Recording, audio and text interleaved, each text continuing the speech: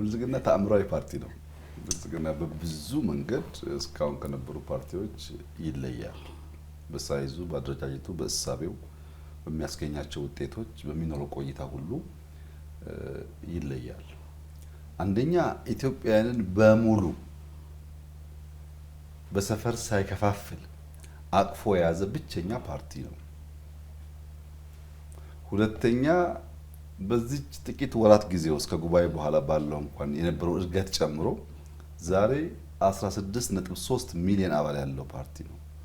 በአፍሪካ ትልቁ ፓርቲ ነው። ሁሉን ያቀፈ መሆኑ በሳይዙ ትልቅ መሆኑ ብቻ ግን አይደለም። ትልቅ ራዕይ ያለው፣ ግልጥ ያለ ፕሮግራም ያለው፣ ግልጥ ያለ ስርዓት ያለው፣ እያንዳንዱ ፖሊሲዎቹ በፓርቲ ብቻ ሳይሆን በመጽሐፍ መልክ የተገለጡ በራሱ እሳቤዎች ላይ አባላት በሐሳብ ተግባብተው ወደ ስራ ተሰማርተው በውጤት የሚለኩበት ስርዓት ያለው በግምገማና በጭቅጭቅ ሳይሆን በውጤት ላይ ያተኮረ ፓርቲ ነው። ብልጽግና ስያሜው በራሱ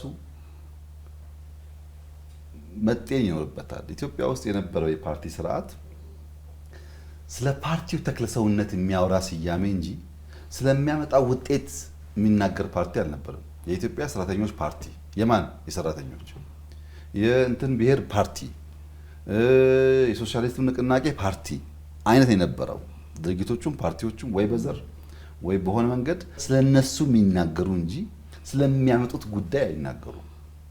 ለምሳሌ የኦሮሞ ድርጅት ፓርቲ፣ የአማራ ድርጅት ፓርቲ፣ የትግራይ ድርጅት ፓርቲ የሚለው ጉዳይ የማን ፓርቲ እንደሆነ ስለራሱ ዲስክራይብ ያደርጋል እንጂ ምን ሊያመጣ እንደሆነ ስያሜው በራሱ አይገልጽም፣ ራዕዩን አያመለክትም። ብልጽግና ግን ግቡን ነው የሚያሳየው። በእያንዳንዱ ቅድም ከትርክት ጋር ያያዝኩልሽ ጉዳይ አለ። ብልጽግና ፓርቲ ብልጽግና የሚያመጣ ብልጽግና ለማምጣት እያልን የምናደርገው የትርክት ግንባታ በራሱ ራዕያችን ስለሚያስታውሰን፣ ግባችን ስለሚያስታውሰን፣ መርህ መልህቃችን ስለሚሆን፣ ግብ መልህቃችን ስለሚሆን አንስትም ማለት ነው። ብዙ ፓርቲዎች እንደዛ አይነት የስያሜ አጠቃቀም አይከተሉም።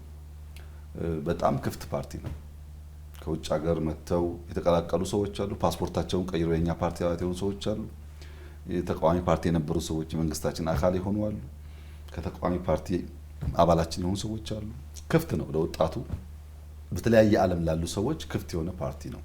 ቢኮዝ በስርዓቱ በፕሮሰሱ ነው ሰው እየነጠረ የሚወጣው ብሎ ስለሚያስብ ኒው ብለድ ለመቀበል ያለው ዝግጁነት በጣም ለየት ያደርገዋል። በኢትዮጵያ ታሪክ እኮ እንደ ብልጽግና በከፍተኛ ድምፅ አሸንፎ የለም ብቻዬን አልመራም የምትፎካከሩ ኑና አብረን መንግስት እናስተዳድር ያለ ማን አለ? እስካሁን እኮ ሰምተን አናውቅም። ብልጽግና እንደዚህ አይነት የተከፈተ ልብ ያለው ፓርቲ ነው። ይሄ የኔ የግል ውሳኔ አይደለም፣ የብልጽግና ፓርቲ ውሳኔ ነው። ቢፎካከሩ ፓርቲዎች እናስገባ ስንል በእነሱ ምትክ የሚወጡ የብልጽግና አመራሮች አሉ።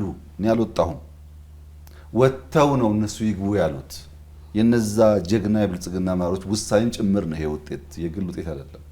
እና ብልጽግና ኦፕን መሆኑ፣ አቃፊ መሆኑ፣ ኢንክሉሲቭ መሆኑ፣ ከብሔር ጽንፈኝነት የጸዳ መሆኑ፣ ለብሔራዊ ትርክት የሚተጋ መሆኑ፣ የኢትዮጵያን ትልቁን ጥላ፣ የኢትዮጵያን ትልቁን አቅም፣ የኢትዮጵያን ትልቁን መሰባሰብ የሚያምን መሆኑ፣ ዳር የነበሩ ፐሪፌሪ የነበሩ የተረሱትን መሀል ያመጣ መሆኑ፣ ለዲሞክራሲ ቀናይ መሆኑ።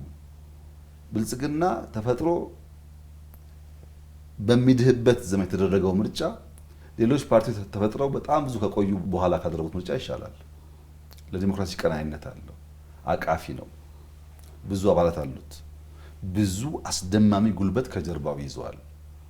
እና በብዙ መንገድ ብልጽግና ተስፋ የሚጣልበት ለአፍሪካ ምሳሌ የሚሆን የራሱ ሀሳብ ግልጽ ሀሳብ ያፈለቀ በማንም አይዲዮሎጂ ያልታሰረ ከሰዎች የተማረ ግን የራሱን የገነባ ኢንዲጂነስ ያልኩት ቅድም ማለት ነው። ፍልስፍናችን ቀርተን አይደለም ተምረናል፣ ግን ኢንዲጂነስ ቶት ነው ያለን።